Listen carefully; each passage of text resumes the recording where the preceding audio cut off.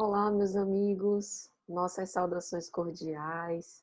Estamos aqui mais uma vez, com muita felicidade, para esse primeiro seminário online do canal Lições de Amor, no qual nós escolhemos como tema as mulheres do Evangelho. Hoje é o nosso nono dia e para falar de uma personagem tão especial como a mulher samaritana, com o tema Como tu, sendo judeu, pedes de beber a mim, que sou mulher samaritana, nós convidamos a nossa querida amiga Iramar Martinez. Iramar, seja muito bem-vinda. Obrigada, Patrícia, esse convite não merecido, né? Que nesse momento eu agradeço bastante. Eu sou Iramar Martinez, espírita, trabalhadora do Grêmio Espírita Perseverança e Caridade. Há alguns anos eu iniciei nessa jornada de divulgar a doutrina espírita por meio de preleções doutrinárias, que é uma forma de a gente chegar mais perto dos corações, de a gente se aproximar mais, inclusive emocionalmente, das pessoas. Então, essa oportunidade de participar de um seminário tão significativo, tão tocante, com temas universais, mas ao mesmo tempo tão íntimos, tão significativos, principalmente pelos dias em que vivemos. Então, é uma gratidão muito profunda de poder contribuir, ainda que nós sejamos tão pequeninos, né? Então, meus amigos, como é hábito nas nossas reuniões, vamos fazer uma prece inicial para iniciar os nossos trabalhos. Pediríamos que os nossos amigos fechassem os olhos, se assim nos sentirmos confortáveis, elevando o nosso pensamento a Deus e agradecendo por essa sublime oportunidade de fazermos reflexões em torno do Evangelho de Jesus, especialmente das figuras das mulheres que com tanta devoção, renúncia e coragem estiveram próximas ao Cristo buscando beber-lhes os ensinamentos.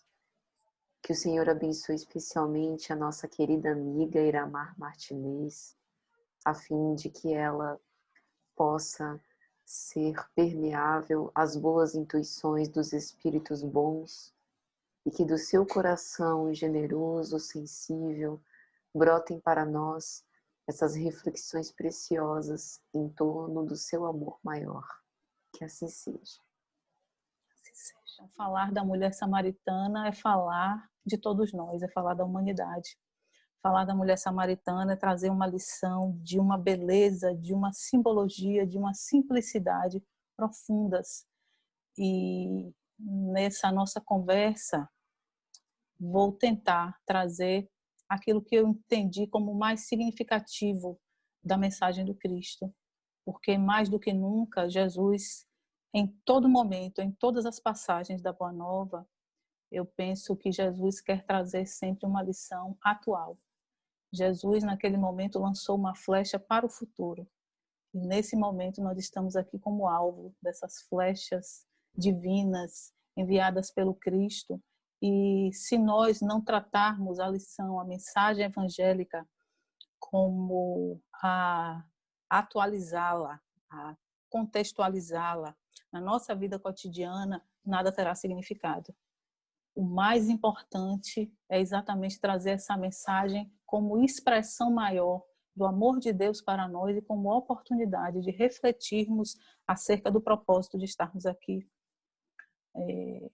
No texto da Boa Nova, onde Humberto de Campos trata do encontro de Jesus com a mulher samaritana, ele exemplifica, ele aponta de maneira bem objetiva que nós devemos saber o propósito de Deus para nós, o porquê de estarmos aqui, o que Ele quer de nós. Então, a todo momento em que nós analisamos os textos evangélicos, eu penso que nós devemos ver o propósito daquela palavra, a inserção psicológica, mas muito mais espiritual que Jesus quer trazer para nós com aquele texto. E nós vamos encontrar em João, capítulo 4, essa passagem, como eu falei inicialmente, de uma beleza ímpar e uma oportunidade de nos vermos naquela mulher.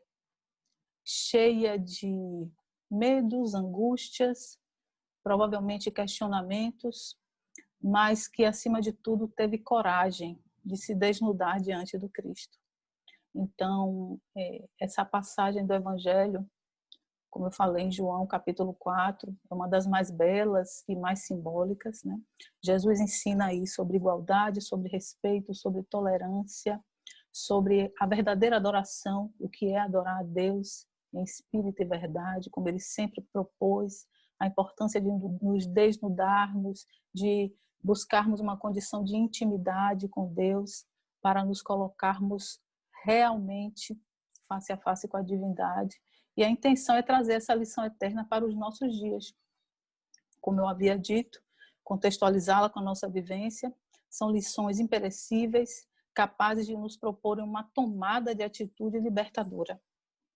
Libertadora da nossa consciência, libertadora dessas amarras, dessas algemas emocionais que tanto nos aprisionam ainda e que nós com certeza precisamos, galgando, óbvio, passo a passo, irmos nos desvencilhando de tudo aquilo que nos impede o crescimento, principalmente moral. Porque nessa lição nós vamos ver que há uma escravização da mulher à condição material em que ela estava incorporada, né?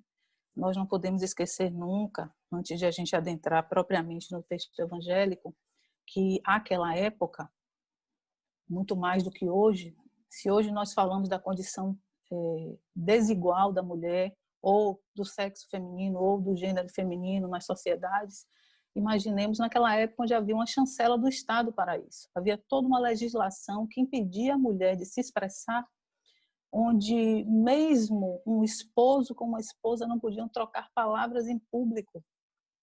Imagine. Então, essa lição de Jesus, que encontra com uma mulher samaritana, como nós vamos ver mais adiante, né? Naquela situação, à luz do dia, nos quer dar uma lição para a eternidade. Uma lição realmente bela, profícua, ou seja, cheia de significados profundos, mas acima de tudo encorajadora. Acima de tudo encorajadora. Então, o tema que nos foi proposto pelo canal Lições de Amor, capitaneado lindamente por nossa amiga Patrícia Lins. Como tu, sendo judeu, pedes de beber a mim, que sou mulher samaritana. Mulher e samaritana. Para atualizar aquele momento, João Batista havia sido preso por aqueles dias e Jesus viu uma movimentação diferente dos fariseus com relação a ele. E o texto explicita bastante isso. Os fariseus ouviram falar que Jesus estava fazendo e batizando mais discípulos do que João. João Batista, que era seu primo, embora não fosse Jesus quem batizasse, mas os seus discípulos. Somente a título de anotação e de esclarecimento, Jesus jamais batizou, não há registro de Jesus ter batizado. Está inserido numa sociedade judaica, nasceu num berço judeu, Maria e José, seus pais eram judeus, praticantes, Maria criada inclusive no templo, como devia ser, né, cumprindo todos os preceitos exigidos naquela época, mas apesar de ter sido criado naquela sociedade, espírito puro que é, Jesus respeitava todas as práticas, jamais ia de encontro sem ter um propósito maior, e aí nós não podemos esquecer que Jesus, quando havia necessidade, quebrava sim as regras, principalmente quando elas se apresentavam injustas, quando havia sempre uma parte mais fraca e que com certeza pereceria, como em diversas situações fez, não é? Ele deu diversas demonstrações de que ele estava sempre ao lado dos oprimidos, dos excluídos, dos sofredores de todo gênero, independente de classe social. E aqui a gente não está falando somente de classe social, porque Jesus também foi em defesa de Zaqueu, que era um cobrador de impostos, né? Mas, óbvio, numa atitude de um espírito puro que sabia o íntimo da alma humana e sabia das mazelas, não é isso? Mas a condição da mulher naquela época, e aí falando do batismo, e aí então nós sabemos que quando havia necessidade, sim, Jesus quebrava as regras, porque ele era o representante maior da lei divina, da lei natural.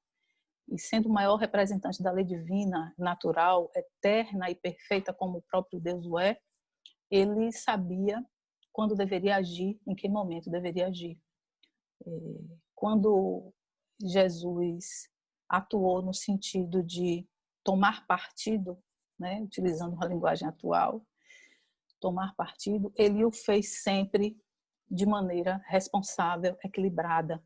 Jesus, com certeza, não iria se rebelar e não iria quebrar um regramento somente para demonstrar o seu poder, pura e simplesmente, né? Porque a sua presença moral superior, infinitamente maior do que o de qualquer ser que já habitou aqui a Terra, é muito patente. Né? Como espírito amadurecido, psicologicamente amadurecido num grau que nós nem temos condição de compreender, com certeza ele não iria se rebelar simplesmente por fazer. Então, voltando ao texto, quando Jesus ficou sabendo disso, né, que Jesus havia sido preso, ele saiu da Judéia e voltou mais uma vez a Galiléia, que era a sua terra. Então, Jesus saiu de Jerusalém e retornou para a Galiléia. João havia sido preso e Jesus não queria, na verdade, ser motivo de tumultos, sendo ele primo de João, mas acima de tudo, João se colocando como discípulo dele, ainda que não fizesse parte do séquito, né? Mas dizendo que ele sim era o Messias e anunciava sim o reino de Deus. Então, de certa forma, Jesus estava atrelado àquela personagem e ele não queria causar mais tumultos e ele sabia que tinha que seguir um determinado, vamos dizer assim, script. E ele preferiu se afastar de Jerusalém e retornar para a Galileia. E Jesus entendeu que era necessário passar pela Samaria. Essa é a mensagem importante, penso eu, no início da leitura desse texto. Era necessário passar pela Samaria. Mas por quê? Por que essa necessidade de passar pela Samaria? Porque Jesus sabia que ali se desenrolaria uma mensagem imorredora. Ali, naquele momento, Jesus teria a oportunidade de trazer para nós uma lição eterna a respeito do desapego, da tolerância, do respeito, da igualdade, né? E traria, com certeza, a expressão maior da lei de amor, o que é verdadeiramente libertador, qual é realmente a água que dessedenta, né? Então, o caminho tomado por Jesus para chegar à Galileia foi um caminho incomum. Veja que Jesus teria 3 possibilidades para chegar à Galileia. Ele poderia ir margeando o Rio Jordão, uma paisagem belíssima, segundo narram as escrituras, né? Um pouco diferente do que se tem hoje, porque naquela região do planeta houve muita mudança geológica por conta dos cataclismas, dos terremotos naturais, mas também das intempéries e de tudo mais. Veja que quando a gente fala, por exemplo, né, só para dar um exemplo assim mais prático, quando nós falamos de Éfeso e quando nós falamos da ida de João e Maria para uma casa em Éfeso, ele fala de ver o mar Mediterrâneo de lá. O porto na cidade de Éfeso era bastante utilizado naquela época. Era um porto assim bem pulsante, onde havia muito comércio, onde havia prática de diversas atividades. Hoje em dia, o mar está a quilômetros desse lugar. Então, se a gente observar, naquela região do mundo, houve uma mudança muito grande por conta das acomodações naturais, né, do relevo, etc. Então, naquela época, o Rio Jordão tinha uma paisagem belíssima e, geralmente, os judeus, para irem até Cafarnaum, até a Galileia, eles tomavam esse percurso pelo Rio Jordão. E Jesus poderia ter escolhido esse percurso para chegar, inclusive, mais rápido ao seu paradeiro. Ou então ele poderia ir por um outro caminho, né, margeando o mar Mediterrâneo, paisagem também bonita e agradável. Mas Jesus escolheu caminhar pelo deserto da Samaria, uma região pedregosa, uma região cheia de calhaus, uma região árida, né, um deserto. E com certeza Jesus quis também nos trazer uma mensagem ao escolher esse trajeto nem sempre o caminho mais fácil vai nos fazer chegar no objetivo da melhor maneira. Às vezes o caminho mais dificultoso, às vezes o trajeto que vai nos trazer desconforto, sede, dores, não é, calor, fome, é necessário para a nossa evolução moral. E muitas vezes nós estamos no deserto e maldizemos e blasfemamos e reclamamos tanto, quando na verdade nós sabemos que o simples ato de reencarnar, que não é simples, é complexo, né?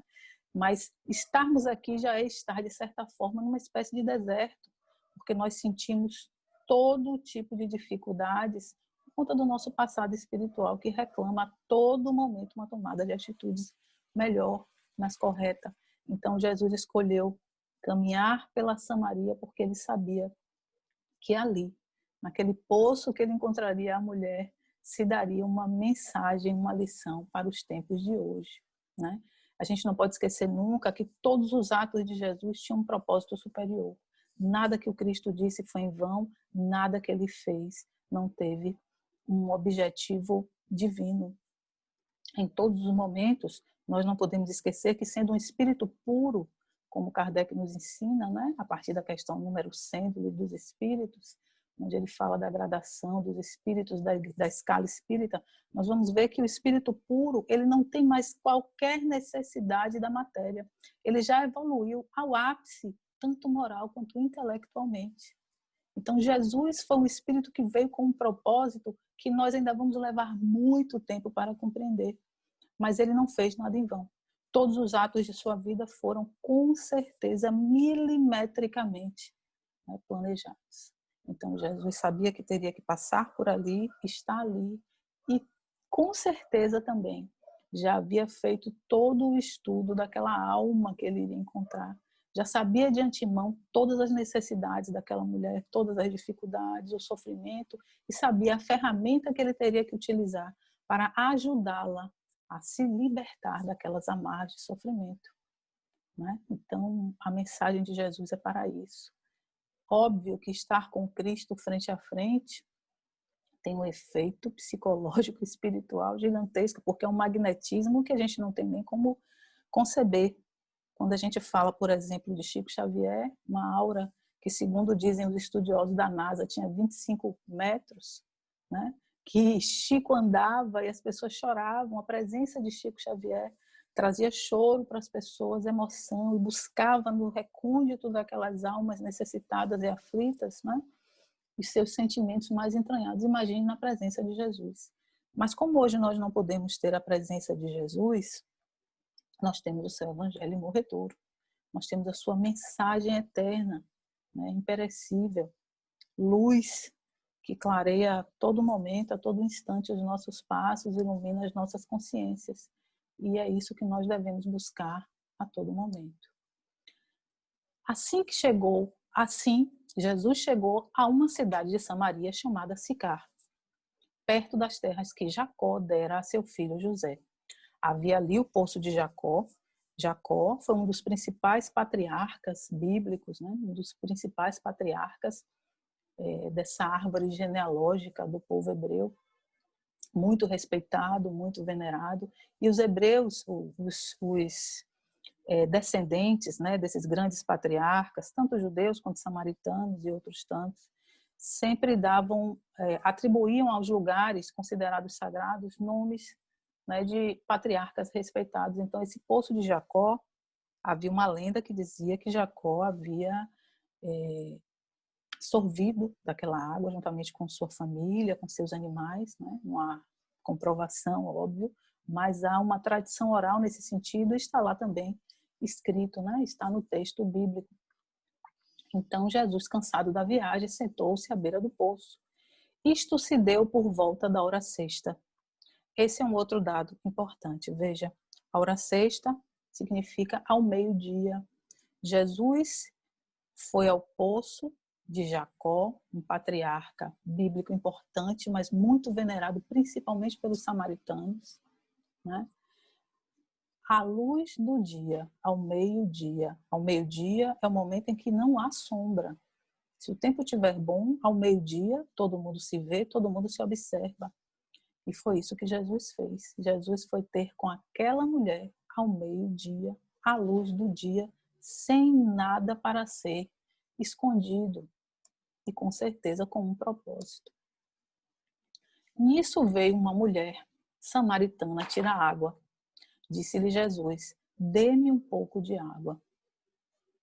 Os seus discípulos tinham ido à cidade comprar comida. Jesus estava acompanhado de 3 discípulos e os discípulos foram à cidade buscar comida, né, para Jesus. E Jesus estava numa espécie de herdade, né, numa propriedade onde estava esse poço. Esse poço era um poço um pouco mais afastado da cidade.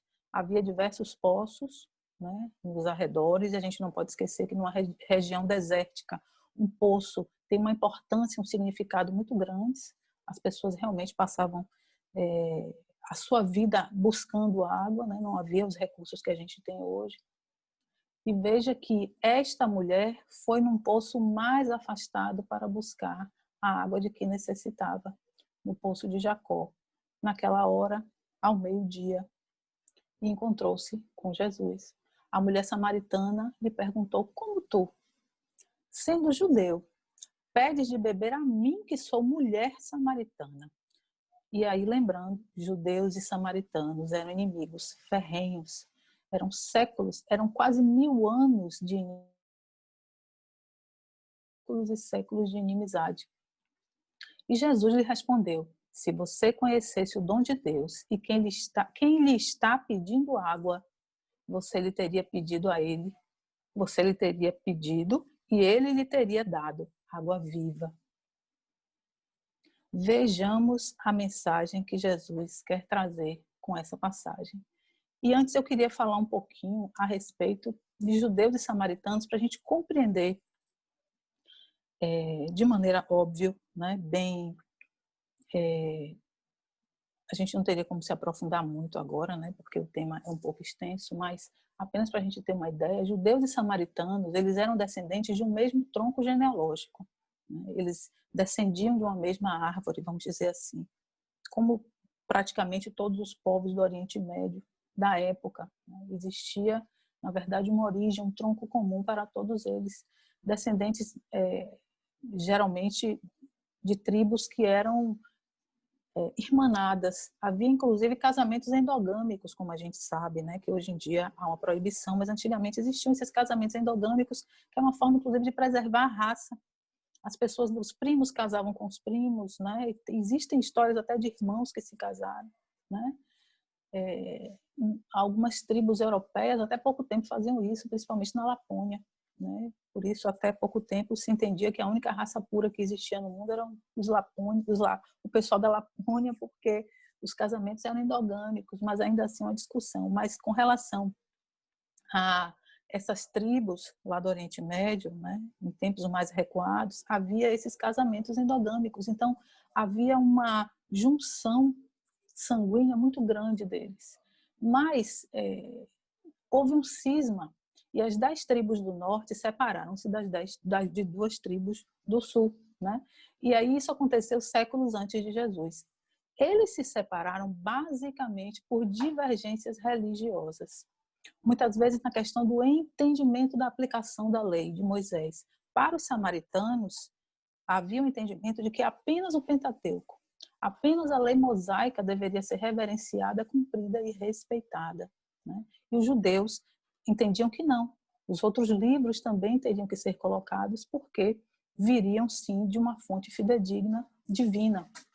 Mas os samaritanos não compreendiam dessa forma. Nessa época do cisma, né, da maior divisão, houve também, alguns anos depois, um enxerto, vamos dizer assim, de outros povos, né? Povos considerados pagãos acabaram se misturando com os samaritanos. E isso fez com que se acirrasse mais ainda a animosidade entre eles dois, esses dois povos, judeus e samaritanos. Então, os judeus consideravam os samaritanos um povo herético, desprezível, lançavam anátemas, maldições contra eles o tempo inteiro. Né? Veja que eles não pisavam nem na terra onde os samaritanos pisavam, e os samaritanos também não pisavam nas terras dos judeus, de tal forma que eles construíram um templo na Samaria para adorar Jeová, para não precisarem, né, uma vez ao ano, como era de praxe, ir a Jerusalém, peregrinando para adorar a Deus. Então, eles criaram um templo deles para não precisarem cruzar com os judeus. É interessante que quando Jesus, que em outras oportunidades no Evangelho, a gente vê na lição do Bom Samaritano, né, Jesus sempre trazia como uma forma de propor uma reflexão a condição do samaritano. Isso era algo que para Jesus, não que o incomodasse, porque com certeza Jesus não se incomodava com nada, né? O incômodo é nosso. Mas Jesus queria trazer que aqueles irmãos, né, que tinham o mesmo tronco, que descendiam, vamos dizer assim, de uma origem comum, não tinham por que estar brigando, estar em tanta animosidade, em tanto ódio nutrido, sem ter um motivo, e ainda que tivesse, né? Mas por questões tão simples, tão pueris, né? Tanto que, na lição do samaritano, onde Jesus é perguntado a respeito de quem é, na verdade, ou quem seria, na verdade, o verdadeiro irmão dos judeus, né? Porque para os judeus, o irmão considerava-se irmão somente aquele que era judeu, né? Aqueles que não faziam parte da sua linhagem judaica não eram considerados irmãos. Mas aí Jesus narra com a lição do samaritano e dá a oportunidade de ele refletir que aquele homem que ele abjurava, aquele homem que ele considerava como herético, como desprezível, foi o que praticou a verdadeira caridade para aquele que estava no chão, sem roupas, sem pertences, e que não poderia ser identificado de nenhuma maneira, porque a roupa identificava as pessoas naquele tempo, né? Não havia documentos como hoje, né? Ter uma folha de papel era algo trabalhosíssimo e extremamente caro, então não existiam documentos como hoje, óbvio, mas a roupa era uma forma de identificar objetos que a pessoa portasse também. Então aquele homem desnudo estava ali e foi socorrido pelo samaritano, que não quis saber se ele era samaritano, judeu ou pertencia a alguma outra tribo pagã, simplesmente ajudou. Então, com aquela lição, Jesus quis dizer que todos nós somos iguais e que todos nós temos obrigações morais uns com os outros e que somente vendo o outro como um seu igual, nós poderemos viver de uma maneira melhor, buscando a paz, buscando o equilíbrio e o respeito. Então, nessa mensagem, né, nós estamos aqui falando desse cisma que aconteceu, judeus e samaritanos, eles viviam de maneira muito parecida com o que a gente vê hoje no Oriente. Né? Naquela época, óbvio, a Palestina era uma região muito maior do que é hoje. Hoje é uma região bem menorzinha, né? Quase que relegados a um canteiro. Mas naquele tempo era uma região maior, dividida em 4 partes, e que havia, vamos dizer assim, delimitações e demarcações que talvez perdurem até hoje de alguma forma. Né? E que se nós formos observar e ver realmente o motivo das dissensões, são motivos bastante, eu diria até pueris. Às vezes, a briga era em torno do monte onde Moisés recebeu a mensagem de Deus, né? As tábuas das 12 leis. Às vezes, a briga era por conta de um preceito, de uma prática puramente material. Então, não existia, na verdade, uma consistência maior que justificasse os ânimos acirrados. Então, voltando a Jesus com a mulher samaritana, né, nós vamos ver que no momento em que Jesus pede a água à mulher samaritana, ele está propondo uma admoestação a essa mulher. Dê-me água, né? Preciso de água. Estou com sede. Ele demonstrou a sua necessidade e fez com que nela brotasse ou não, né? Aí a escolha seria dela, a vontade de ser útil. Naquele momento, Jesus a admoestou. Jesus a, como a gente diria, né? Cutucou para que ela saísse da sua inércia e pudesse, de alguma forma, servi-lo. Mas Jesus não queria ser servido porque era homem ou porque era o Cristo. Né? Jesus quis trazer nela a vontade de servir, independente de ele ser judeu ou não, independente de ele ser homem ou não, porque nós sabemos que a condição principal de todos nós é a de sermos iguais. Somos todos iguais perante Deus. Então, Jesus ofereceu para aquela mulher a água que descedenta, né? E ele diz: se você conhecesse o dom de Deus e quem está lhe pedindo água, você lhe teria pedido e ele lhe teria dado água viva. E o que seria essa água viva? E o que seria essa oportunidade de viver perenemente sem sede, como nós vamos ver adiante? A água viva é exatamente o amor. É essa oportunidade de nos libertarmos das amarras do ego, do orgulho, do egoísmo, pela prática do amor, pelo próximo e por nós mesmos. Porque Jesus também queria que aquela mulher despertasse para o autocuidado, para a importância de preservar-se, para a importância de respeitar-se, de amar-se, ainda que a sua condição fosse mal vista naquela sociedade preconceituosa, machista, né? A mulher, continuando, disse a Jesus: o Senhor não tem com que tirar a água e o poço é fundo. Onde pode conseguir essa água viva? Acaso o Senhor é maior do que o nosso pai Jacó, que nos deu o poço, do qual ele mesmo bebeu, bem como seus filhos e seu gado? Então, ela quis dizer: você está achando que você é maior do que Jacó, que é o nosso patriarca tão amado, que nos deu esse poço para nos dessedentar, não é? Para cuidar das nossas coisas, dos nossos afazeres? E aí Jesus diz: quem beber desta água do poço terá sede outra vez. Mas quem beber da água que eu lhe der, nunca mais terá sede. Pelo contrário, a água que eu lhe der se tornará nele uma fonte de água a jorrar para a vida eterna. Com essas palavras, com certeza, Jesus despertou mais ainda a mulher, retirando-a da sua condição de inércia. E ela disse: Senhor, dê-me dessa água, para que eu não tenha mais sede, nem precise voltar aqui para tirar água. Somente a título também de esclarecimento, veja, havia diversos poços na região. Aquela mulher andou mais, buscou um poço mais afastado, numa região mais difícil, porque ela não queria encontrar-se com outras mulheres, com outras pessoas, porque pelo fato da vida difícil que ela levava, das escolhas emocionais que ela tinha feito, ela era mal vista. Então, imaginemos, Jesus buscou um caminho mais difícil para chegar a Galileia, sua terra natal. Foi por uma região desértica e complicada, né? Sabendo que iria encontrar aquela mulher naquele momento, naquela condição. Jesus não fez nada em vão.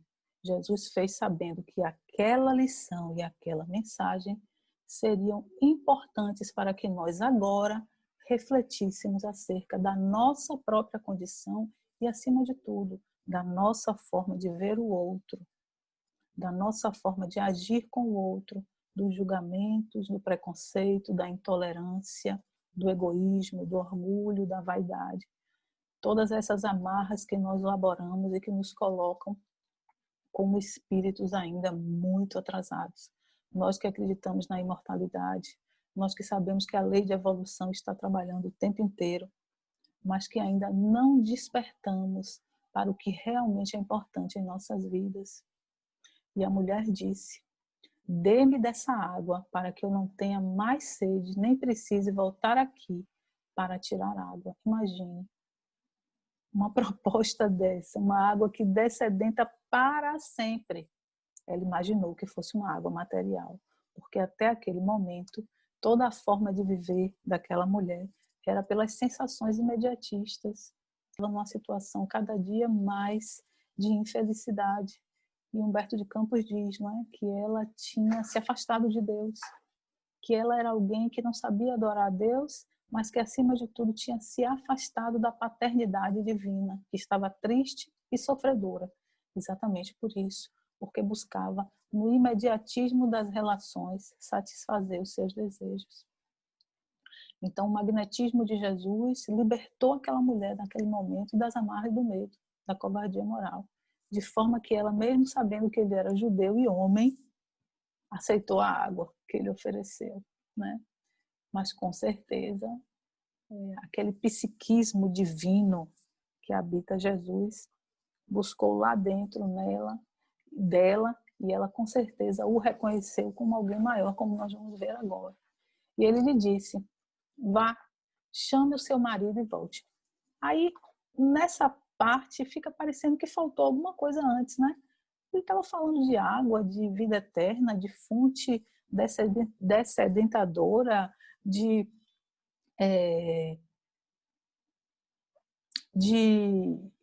que ele iria oferecer para ela uma forma de ela não ter sede nunca mais, e de repente ele fala do marido. Fica parecendo que é um discurso meio desconexo, né? Mas, na verdade, isso também foi uma ferramenta psicológica que Jesus utilizou. Ele sabia do passado dessa mulher, ele sabia das suas relações conjugais, e quando ele diz a ela: vá, chame o seu marido e volte, em outras traduções, vá e chame o seu varão, né? E volte, ela responde: não tenho marido, respondeu ela. E disse-lhe Jesus: você falou corretamente dizendo que não tem marido. Realmente, você não tem marido, mas você já teve 5. Fica parecendo que Jesus está adentrando na vida íntima sem ter um propósito maior. Mas só que não, né? Nós sabemos que existiu, na verdade, um mecanismo de atingir aquela mente, aquele coração, trazendo fatos importantes da vida dela, que inclusive ajudaram-na a se desnudar diante de Jesus. E quantos de nós não necessitamos, muitas vezes, de alguém que nos escute, de alguém que nos ouça, de alguém que não nos tome por julgamento, de alguém que trabalhe conosco numa escuta ativa, né, verdadeira, profunda, empática, que nos veja como um igual, mas como alguém que também é merecedor de respeito e da imparcialidade que nós buscamos para nós mesmos. Então, naquele momento ali, o que houve foi um desnudar-se daquela alma para Jesus. Ela com certeza ficou atônita com aquele homem judeu que lhe pedia água ao meio-dia no poço de Jacó, que lhe ofereceu a água que a descedentaria para todo o sempre, e que sabia da sua intimidade conjugal de tal forma que explicitou, mas que em nenhum momento fez julgamento. E o homem com quem agora vive não é seu marido. Ela disse que não tinha marido. E Jesus diz: o homem com quem você vive agora não é seu marido. Então ele sabia, né, que ela estava com alguém que não era casado com ela. O que você acabou de dizer é verdade. E aí ela disse: Senhor, vejo que és profeta. Naquele tempo, as pessoas portadoras de capacidades mediúnicas, né, de dons mediúnicos, eram chamadas de profetas ou profetisas, né? Então nós vamos ver em todo o texto bíblico diversos profetas, uns mais famosos do que outros, né? Uns com mais importância atribuídas do que outros, mas nós vamos ver esses homens que tinham dons mediúnicos chamados de profetas, como a gente vê, por exemplo, Elias, né? E falando de Elias, nós não podemos esquecer que Elias habitava essa região onde hoje que hoje nós estamos falando a respeito, que era a Samaria, e um dos deuses adorados por por alguns desses povos considerados heréticos, era o deus Baal, né? E Elias mandou cortar a cabeça dos adoradores do deus Baal, depois, óbvio, de haver se convertido para o entendimento do Deus único, porque ele também era um ortodoxo, ele levava ao pé da letra a lei de Moisés, né? E Elias, 5 séculos depois, reencarna como João Batista, que teve também aquela trágica morte com a cabeça decepada, né? E aí nós vamos ver a solidariedade entre as encarnações, né? E aí nós vamos ver que aquele homem que desencarnou daqui fez várias pessoas desencarnarem daquela forma, teve também depois a lei do retorno contra si. Mas o que eu quero falar aqui é da mediunidade de Elias, que também existia em João Batista. João Batista era um homem portador de diversos dons, né, mediúnicos, e infelizmente não foi considerado um profeta, porque não foi considerado e não era respeitado como tal, talvez porque não adotasse as vestimentas, as práticas, a forma de agir dos padrões da época, mas que teve uma importância gigantesca também na missão de Jesus, não é? E aí a mulher diz: Senhor, vejo que é profeta. Nossos antepassados adoraram nesse monte, mas vocês, judeus, dizem que Jerusalém é o lugar onde se deve adorar. Veja a preocupação dela, né? A preocupação dela, a outra que mata, né? Porque os samaritanos tinham como divergência principal a questão da adoração a Deus em um monte que eles consideravam sagrado e que os judeus consideravam sendo um outro, né? E aí Jesus vem e dá uma lição que serve para nós hoje, principalmente nós espíritas. E nessa pandemia agora, nós percebemos quanto é desimportante a casa de pedra. O quanto é desimportante do ponto de vista espiritual. Eu não estou falando do ponto de vista emocional, psicológico, do acolhimento, do encontro, do estar junto. Eu não estou falando disso. Mas espiritualmente falando, nessa situação em que nós nos encontramos agora, nós tivemos que exercitar mais ainda a adoração em espírito, né? A adoração íntima, o templo no coração, o templo interno que todos nós temos. E aí Jesus diz: creia em mim, mulher, está próxima a hora em que vocês não adorarão o Pai nem neste monte e nem em Jerusalém. Vocês, samaritanos, adoram o que não conhecem. Nós adoramos o que conhecemos, pois a salvação vem dos judeus. Ele aí está falando da ideia do Deus único, mas não somente isso. Jesus aí está falando de toda a complexidade que envolveu a preparação espiritual para o povo judeu, ser aquele que receberia as mensagens, né? Então, Jesus diz que haverá uma hora, haverá um dia, haverá um momento em que a adoração não terá mais rótulos, em que a adoração a Deus, né, que a submissão à sua vontade, que o reconhecimento dessa paternidade divina não terão mais como obrigatoriedade os rótulos, os lugares sagrados, né, os templos, mas acima de tudo a ritualística, as práticas exteriores que escravizam muito mais do que libertam, né? Com todo o respeito que nós devemos ter por todas as práticas, por todas as religiões, todas as denominações, e nós espíritas temos isso como lema muito claro, né? Muito claro, tanto que os centros espíritas acolhem a todos, né? Mas nós sabemos que um dos princípios da doutrina é a simplicidade, é a pureza no melhor sentido, né? Das práticas, do comportamento. Então, quanto mais simplicidade, melhor. Quanto mais objetividade, melhor.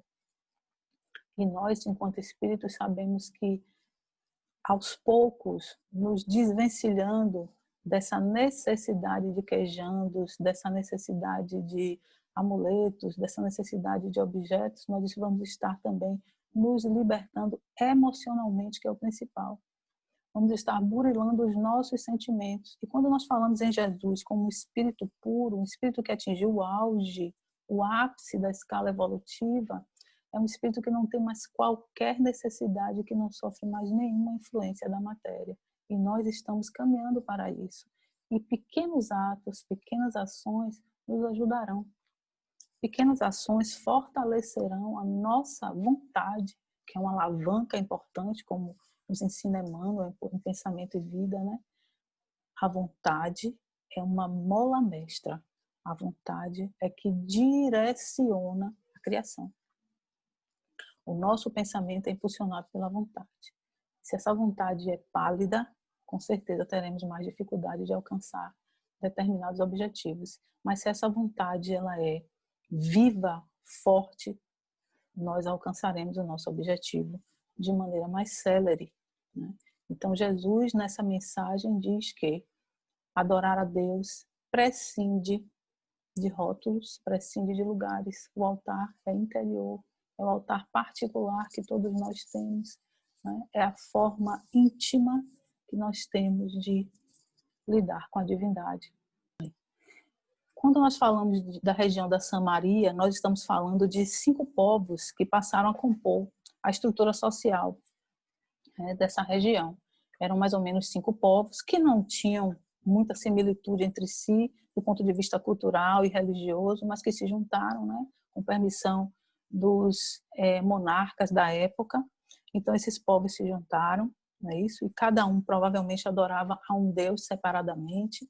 E quando eu falei aqui de Elias, eu falei exatamente dessa época, né? E Elias se lançou no combate a esse paganismo e a essa adoração politeísta, mas esses povos faziam essa adoração a diversos tipos de deuses, né? E quando Jesus, e aí só para falar de símbolo, e aí só para falar de linguagem simbólica, né? Nós vamos encontrar também como explicação para esses 5 maridos dessa mulher, 5 povos que idolatravam, 5 povos que idolatravam necessidades materiais, né? E nós vamos ver que esses povos pagãos, eles viviam realmente pela sensualidade, pelas sensações, viviam pela fugacidade das relações, não é? E eles exaltavam exatamente aquilo que com certeza deveria ter sido a vida pregressa dessa mulher. Mas esses 5 povos ditos pagãos, eles teriam como representatividade a luxúria, né, a vaidade, a riqueza, a gula, o poder, tudo aquilo que nós buscamos e que na verdade mais nos torna sedentos. Se nós observarmos, todos nós que vivemos aqui, né, buscando a sobrevivência material, vamos dizer assim, e todo aquele indivíduo que é sensualista excessivamente e que busca a satisfação dos seus desejos pelo poder, pelo dinheiro, pela luxúria, pela gula, pela vaidade, pelo orgulho, pela projeção social, pelos cargos que tem, né? Com certeza, essas coisas todas não aplacam verdadeiramente a nossa sede. Enquanto espíritos, temos uma sede primária, todos nós, que é essa sede, vamos dizer assim, deotrópica, né? É essa necessidade de encontrarmos com Deus, não de encontrarmos do ponto de vista material, face a face, mas de nos religarmos espiritualmente com essa paternidade divina, com esse amor que nos criou e fomos criados pelo amor. Então, essa sede primária que nós temos é exatamente essa religação que se faz tão necessária. Por isso que essa busca da satisfação material não nos completa, não descedenta verdadeiramente. Quantas pessoas conhecemos que têm projeção social, que não têm dificuldades financeiras, não é? Que têm inclusive saúde, que têm uma família estruturada, mas que estão tristes, que estão cabisbaixas, que estão insatisfeitas, que estão muitas vezes se rebelando contra Deus, não é? Quantas e quantas pessoas. Por quê? Porque a sede continua. E somente a água verdadeira da fonte eterna é que pode descedentar, e que é o amor. E esse amor, ele é inspirado por Jesus na sua palavra, no seu evangelho, e que é a representação máxima do amor de Deus por nós. Então, os vícios morais, eles nos escravizam. E quando nós pensamos nessa mulher samaritana, na sua condição de subalternidade, no sofrimento pelo qual com certeza ela passou, porque imagine, naquela época, no dia que encontrou Jesus, ela já estava no 6º marido, né? Então, com certeza, a sua condição não era melhor numa sociedade patriarcal, numa sociedade que colocava a mulher numa condição muitas vezes pior do que a dos animais, né? Então, ela estava escrava desses vícios morais e, com certeza, buscava o prazer imediato, de tal forma que Jesus, ao ter com ela trouxe para ela uma proposta de libertação dessas amarras, desse prazer imediatista, dessa busca pela satisfação dos desejos inferiores. Mas a gente não pode esquecer nunca que, com certeza, naquela época, estava lá na lei mosaica, né? A mulher poderia ser deixada, abandonada, rechaçada pelo marido, mas se ela foi rechaçada por um marido, ela não poderia casar-se com outro. Se ela já estava no sexto marido, é porque a condição dela não era das melhores, né? Com certeza ela estaria sendo comparada até com uma prostituta. Óbvio que nos tempos de hoje pensar nisso é algo completamente absurdo, mas naquela época era inclusive chancelado pelo Estado. A legislação da época dava aso, né? Ensejava, dava guarida a isso.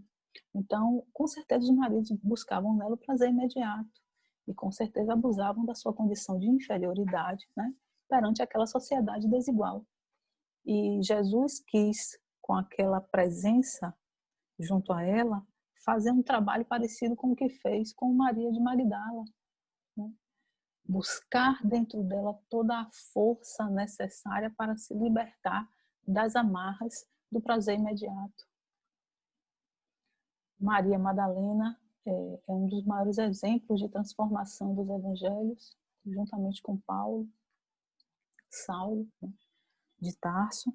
Então, Maria Madalena é um exemplo luminífero para todos nós, né? Uma mulher naquela condição, né? Mas que tinha um amor profundo dentro de si, buscava a todo momento esse amor verdadeiro e nas relações que tinha não encontrava satisfação, não encontrava água viva que descedentaria para sempre, como essa mulher também ainda não havia encontrado. Sei que o Messias chamado Cristo está para vir. Quando ele vier, explicará tudo para nós. Então Jesus declarou: eu sou o Messias, eu que estou falando com você. Então Jesus chegou para a mulher samaritana e se declarou como o Messias, se declarou como o esperado, como aquele que era a esperança de toda uma raça, que era a esperança de toda uma... era a esperança de toda a casta descendente, principalmente de Moisés, né? Porque estava lá nas escrituras mais antigas que um dia ele viria e salvaria aquele povo, aqueles povos do jugo, principalmente naquela época onde eles estavam subjugados pelos romanos, né? Então Jesus disse para ela: eu sou o Messias. Naquele momento os seus discípulos voltaram e ficaram surpresos de encontrá-lo conversando com uma mulher, mas ninguém perguntou: que queres saber ou por que estás conversando com ela? Então, deixando o seu cântaro, a mulher voltou à cidade e disse ao povo: venham ver um homem que me disse tudo o que tenho feito. Ou seja, ele desnudou a vida daquela mulher de tal forma que fez com que ela realmente saísse da inércia e acreditasse que ele era o Messias. Será que ele não é o Cristo? Disse ela. Então saíram da cidade e foram para onde ele estava. E aí os seguidores continuavam, né? A mensagem segue um pouco mais, mas para que possamos nos ater para aquilo que realmente é o foco, né? Que é o encontro dele com essa mulher e a proposta que a fez sair da inércia espiritual. Então a gente não pode esquecer nunca, né, que naquele momento, ao ouvir aquela mulher sem julgá-la, Jesus promoveu uma transformação muito grande naquele coração sofrido, né, naquele espírito que numa condição de inferioridade não queria nem encontrar com outras pessoas socialmente, de tal forma que foi buscar água num poço mais longe, né, num poço onde para chegar se encontrava mais dificuldade, para que não fosse vista, né? E o meio-dia é exatamente onde o sol está mais causticante. As pessoas geralmente vão buscar água no final da tarde, no frescor. E ela foi ao meio-dia exatamente para não encontrar ninguém e encontrou com Jesus. E Jesus sabia que ela estaria ali, por isso ele fez toda a sua programação, toda a sua peregrinação de retorno a Cafarnaum, passando pelo deserto da Samaria, né? E como a nos inspirar há uma reflexão de que todos nós, de alguma forma, em maior e menor grau, estamos também peregrinando pelo deserto. De nós que está no planeta Terra está passando por uma situação de privilégio por parte de Deus. Nenhum de nós está sendo beneficiado por qualquer coisa que seja. E a gente não pode esquecer nunca. Se nós passamos dificuldades, essas dificuldades dizem do que nós precisamos exercitar. Toda escassez denota a necessidade de uma vitória sobre si mesmo em um determinado ponto obscurecido. Nós não podemos perder isso de vista.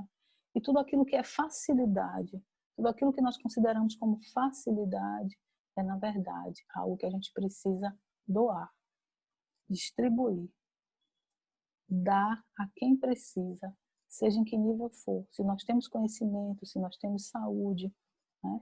Se nós temos dinheiro, se nós temos uma condição material melhor, tudo que nós temos em abundância é sinal de que nós devemos doar.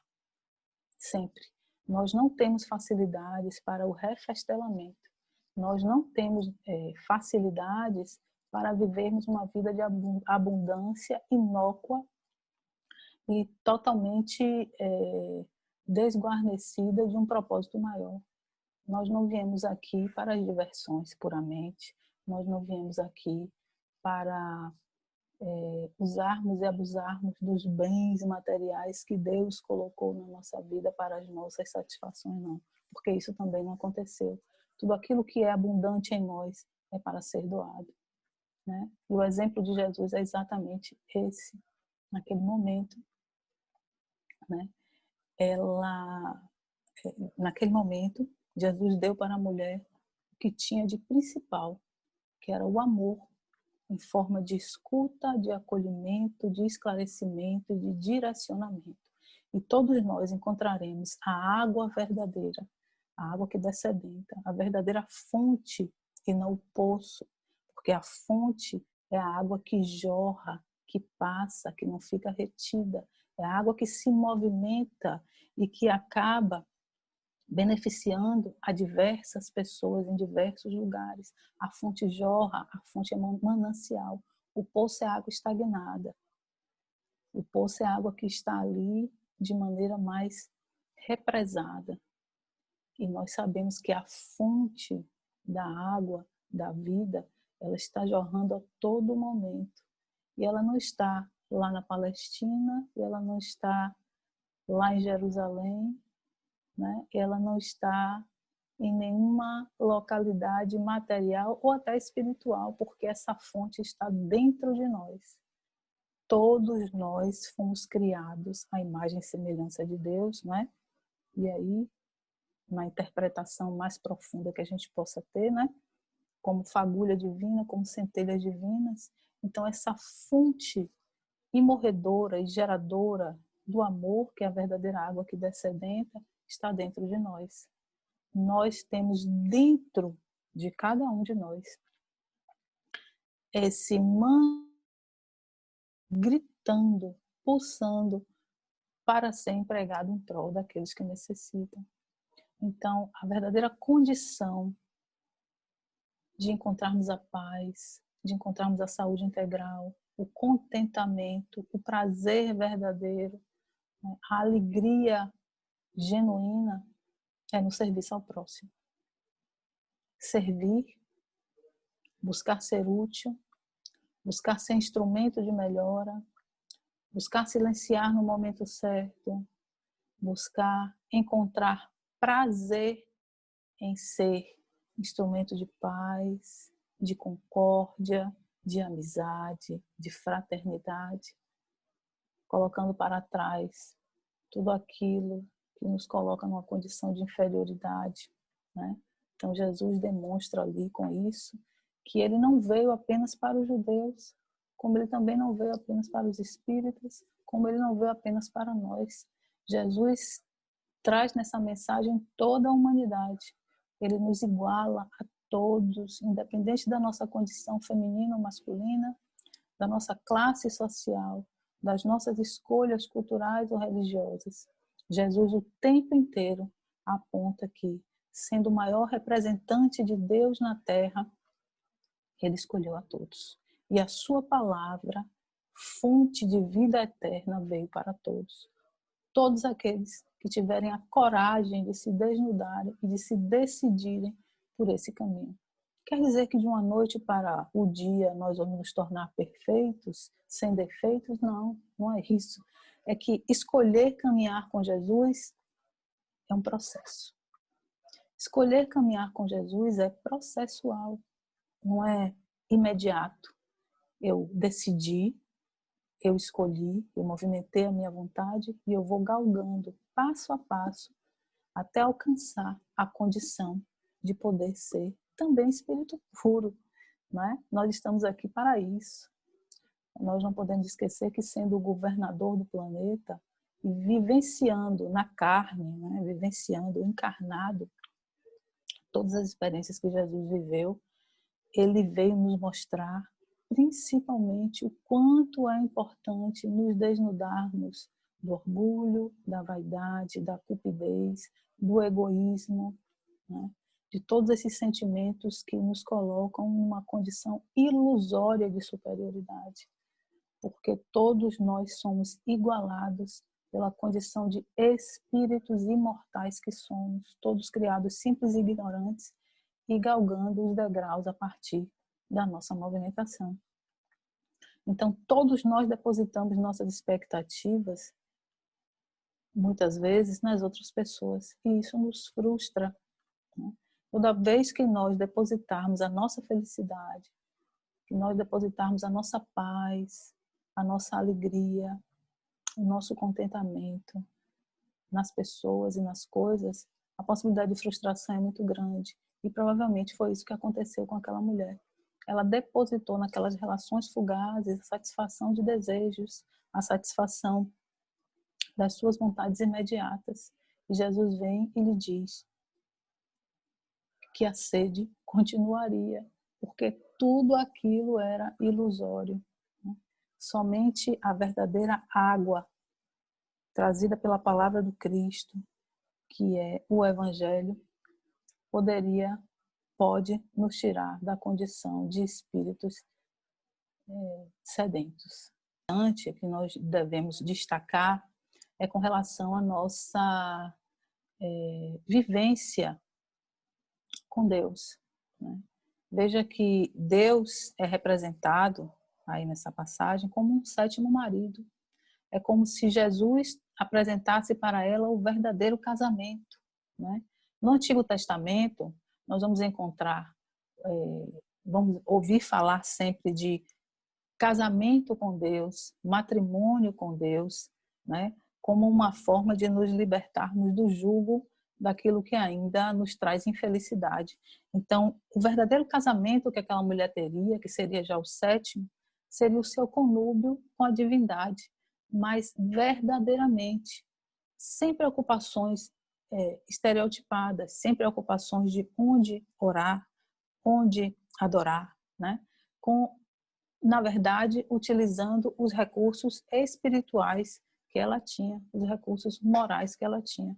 A gente não pode esquecer nunca que quando a gente fala de matrimônio, né? Quando a gente fala de vivência, quando a gente fala de relação entre duas pessoas, nós estamos falando de lealdade, de intimidade, de parceria. E é isso que a gente sabe que provavelmente aquela mulher buscasse naqueles homens e não encontrou, né?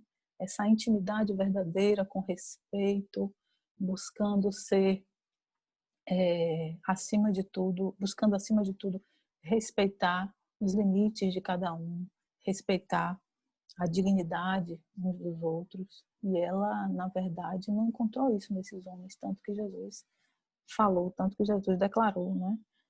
Ela não encontrou parceria, ela não encontrou cooperação, ela não encontrou solidariedade, ela encontrou desprezo, ela encontrou desleixo, de tal forma que ela já estava no sexto marido e nem o considerava marido, né?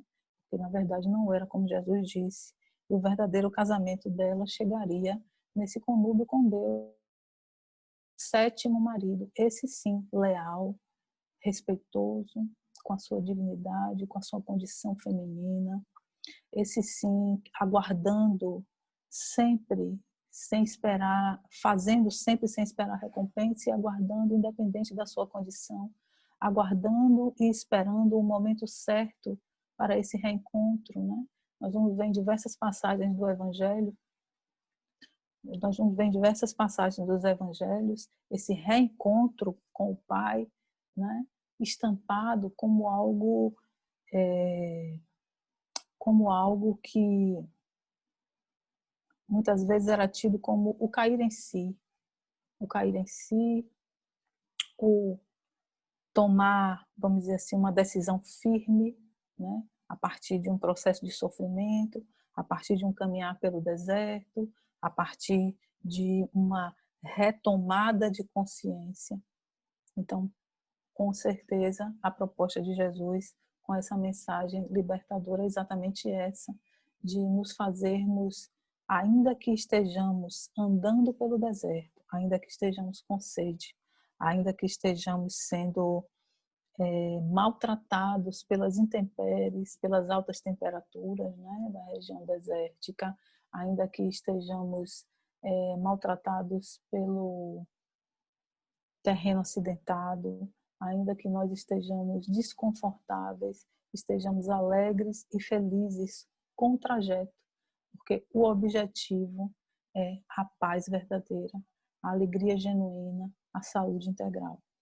Nós sempre lembramos que Jesus é uma personalidade que ainda nos desafia bastante. Jesus foi esse ser que veio à Terra, sendo o governador do planeta, o rei solar, como diz Joana de Ângeles. Então, como personalidade maior do nosso planeta, como está estampado lá na questão 625 do Livro dos Espíritos, quando os Espíritos respondem a Kardec, né, a partir da sua pergunta, sobre quem seria o Espírito mais perfeito que já esteve aqui, os Espíritos respondem: vede Jesus. A partir daí, Kardec, né, o codificador, o insígne codificador da doutrina espírita, traz para nós Jesus como uma personalidade maior, não simplesmente a ser adorada, mas a ser seguida, a ser inclusive imitada, mesmo sabedores da nossa pequenez, mesmo sabedores que ainda precisaremos caminhar muitos desertos, atravessar a nado muitos rios, ainda estamos fadados a muitas intempéries, a muitas tempestades, ao mar alto, como nos ensina Emmanuel, né? Mesmo sabendo de tudo isso, nós já temos a noção, nós já temos a ideia estampada e a ideia sedimentada de que Jesus é essa personalidade que, apesar da dificuldade de compreendê-lo em sua inteireza, então nós não podemos esquecer que a água verdadeira que mata para sempre a nossa sede é o amor, né? O amor é o alimento das almas, é o alimento espiritual. O amor está para o espírito, assim como a água está para a matéria, né? Esse líquido, essa linfa tão importante que é a água para todos nós, para a vida material, em todos os sentidos, é o amor para o espírito. Mas o amor verdadeiro, o amor que descedenta sem aguardar recompensa, o amor que dá demonstrações imorredoras de sacrifício, de renúncia, de desapego.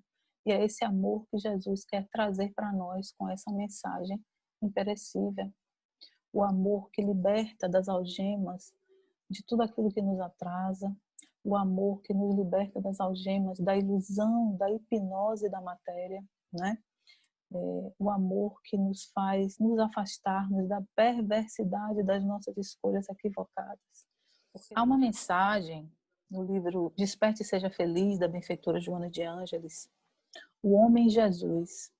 Nessa mensagem, Joana destaca principalmente essa nossa dificuldade de compreendê-lo com os limites da nossa atual evolução espiritual. E aí eu trago também muito para mim, né? Todos nós estamos ainda nessa busca da compreensão mais profunda acerca da mensagem do Cristo.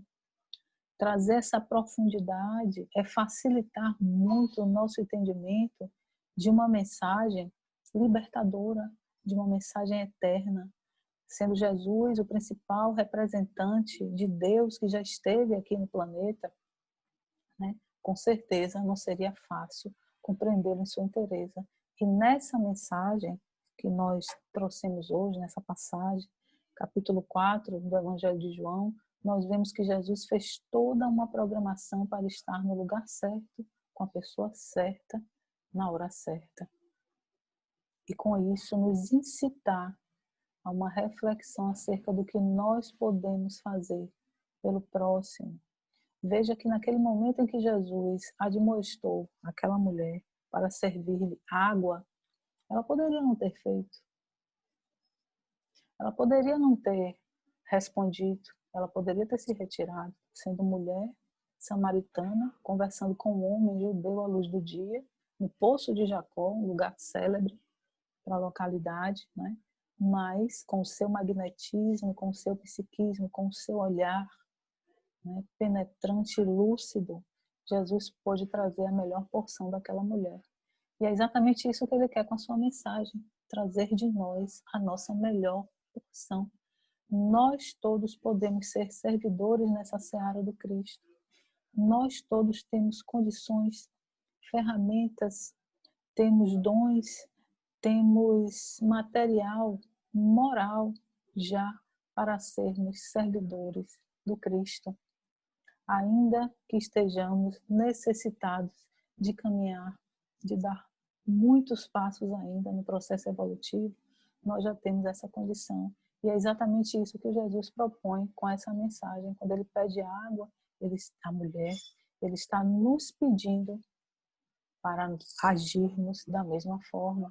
Ele está nos incitando a coragem para agirmos em prol, principalmente dos que mais necessitam.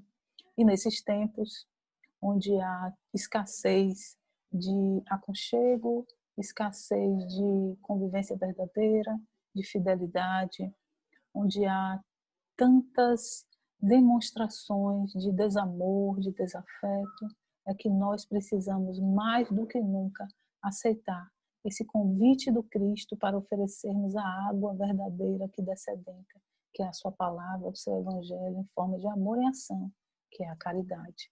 A caridade verdadeira é esse amor que não espera nada em troca, é esse amor que se doa e que se dá das maneiras mais belas que podemos fazer, começando pela nossa família, pelo próximo mais próximo, né? Estendendo para os círculos mais imediatamente próximos a nós, na casa religiosa onde morejamos, no trabalho que nós realizamos, nas relações, inclusive virtuais, porque nos tempos de hoje temos também que nos adequar a essa necessidade de consolo, de aconchego, de esclarecimento pelos meios virtuais. E essa tem sido uma grande oportunidade de oferecermos a verdadeira água da vida. Essa, inclusive, é uma das oportunidades mais esplendorosas, talvez, que nós estamos tendo de utilizar a internet, de utilizar os meios virtuais de maneira profícua, de maneira verdadeiramente evangelizadora. Estamos sendo disseminadores, nesse momento, da fonte da água da vida verdadeira. Jesus precisou caminhar pelo deserto para encontrar a mulher samaritana. Eram as condições da época, né?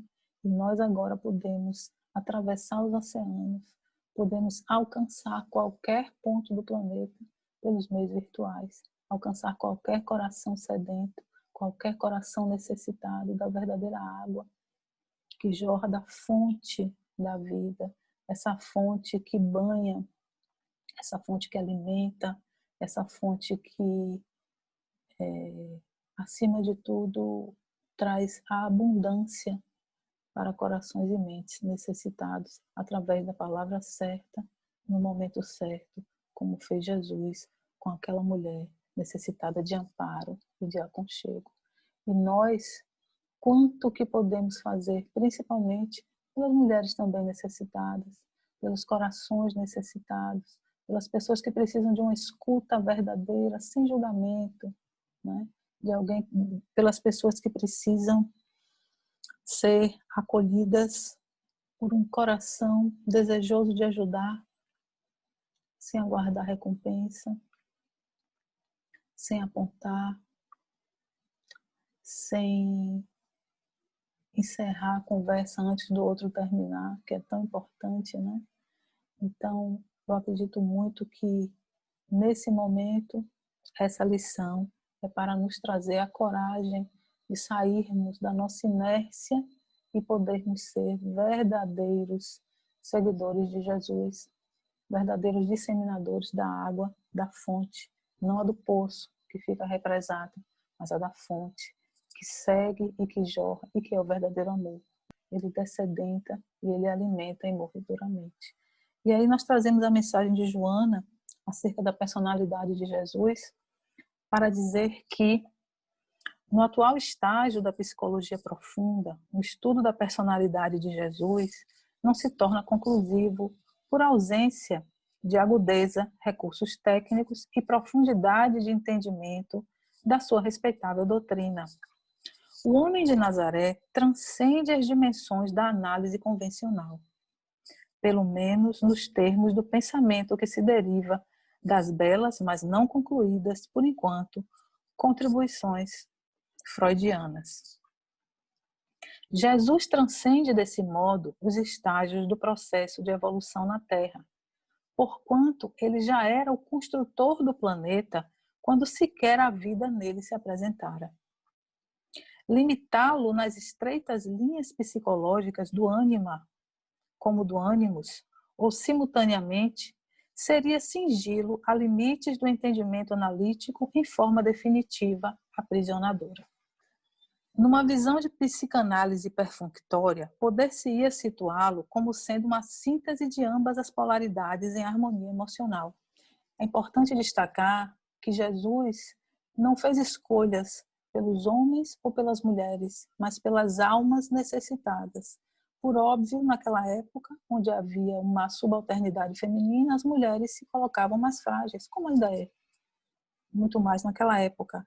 Mas Jesus, sendo um espírito puro e já havendo alcançado o ponto máximo, tanto do ânima quanto do ânimos, com certeza ele conhece muito mais do que cada um de nós as verdadeiras necessidades da alma. Não se encontram relatos históricos, dados precisos, porém informações, algumas delas fragmentárias, acerca da personalidade do homem Jesus. De todo o acervo, no entanto, se depreende haver sido ele incomum. Sua energia expressava-se com brandura, sua bondade manifestava-se sem pieguismo, sua coragem exteriorizava-se como valor moral que nada temia. Seu amor abrangia todos os seres, sem deixar-se arrastar pelos sentimentalismos banais e desequilibrados. Sua sabedoria irradiava-se sem constranger os ignorantes. Sua gentileza cativava sem deixar distúrbios na emoção do próximo. No Sermão da Montanha, sua natureza ânima feminina consolou e espraiou esperança. No Gólgota, sua expressão ânimos masculina alcançou o máximo após as rudes e profundas experiências daquelas horas, que se iniciaram na solidão do horto e se prolongaram até o momento da morte infame. Faltam, portanto, parâmetros, paradigmas para penetrar o pensamento de Jesus e entender-lhe a vida, rica e enriquecedora, complexa e desafiadora. De uma forma geral, talvez mais simples, que se aprofunda, a psicologia poderá mergulhar no seu pensamento para entendê-lo. Suas próprias palavras, caso logo compreendê-las, são de vida eterna. Eu sou o pão da vida, o alimento, a oportunidade, a água que descedenta. Eu sou a porta, eu sou o caminho, o roteiro, o farol. Eu sou o bom pastor, aquele que cuida das ovelhas como nenhum outro, porque ele sabe das reais mazelas, mas principalmente das virtudes e da divindade que jaz dentro de todos nós. Somente indo até ele, ao Cristo, e deixando-se penetrar pela sua realidade, poderá a psicologia profunda entendê-lo sem o definir, estudá-lo sem o limitar. Amá-lo e juntamente com ele a todos que cruzarem o nosso caminho, porque ele É a verdadeira fonte da vida eterna. É a verdadeira fonte da água que descedenta eternamente. Bom, minha amiga, Deus te abençoe, viu? Mensagem profunda, tocante, muito bem explorada, com a sensibilidade que lhe é peculiar. Então, minha amiga, gostaria de te pedir para fazer nossa prece, para encerrar. Exortando as suaves e doces vibrações daquele encontro amoroso entre o Mestre Jesus e a mulher samaritana, ela que no dizer de Amélia Rodrigues passou para a história como a iluminadora, um ser que apesar de frágil, amedrontado, apesar de todas as dificuldades que enfrentava, teve a coragem de se desnudar diante daquele que é o construtor do planeta Terra, que com seu magnetismo, com o seu olhar penetrante, mas ao mesmo tempo calmante, equilibrante, soube exortá-la para se libertar das amarras, do sofrimento, da falta de fé. Por isso, roguemos ao Mestre Jesus neste momento onde estamos rodeados pelos benfeitores de todos nós, pelos benfeitores de nossos lares, pelos nossos espíritos protetores, para que o Cristo desperte em cada um de nós o desejo de servir, o desejo de amar incondicionalmente a tudo e a todos, descedentando-nos desta forma para sempre da sede primária que todos nós temos, enquanto almas ainda recalcitrantes, almas também frágeis, nós todos, homens e mulheres, necessitados desse magnetismo amoroso do Cristo.